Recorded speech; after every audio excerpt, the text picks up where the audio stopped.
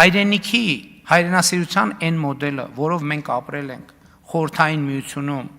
երկրորդ աշխարհամարտից հետո եւ երրորդ հանրապետությունում հիմնականում, հայրենասիրության այդ մոդելի հեղինակը Ստալինն է։ Դա ընդհանրապես որևէ կապ չունի մեզ հետ։ Ես ելի ինչքան էլ դժվար է, ես ուժ եմ ունեցել այդ հարցը բարձրաձայնել,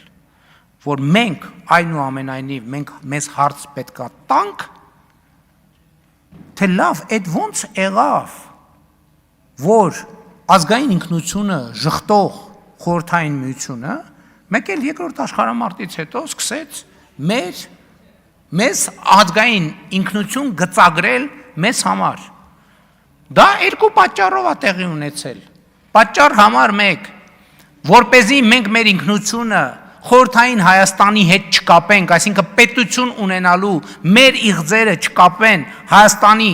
թեկուզ խորհրդային հանրապետության հետ եւ այսպիսով խորհրդային միության ամբողջականությունը կասկածի տակ չդրվի, այլ այդ նկարտումները եւ ձգտումները արտահանվեն եւ երկրորդն էլ, ինչպես այն ժամանակ մեր նկարտումները, գերտերությունները իրենց նպատակներով օգտագործելու հնարավորություն ունենան։ Հայրենասիրության այդ մոդելը, որով մենք մինչև ես ինքս ուրիշի վրա չեմ գցում, մինչև այդ վերջերս ապրում ենք, այդ հայրենասիրության մոդելը խորհրդային միության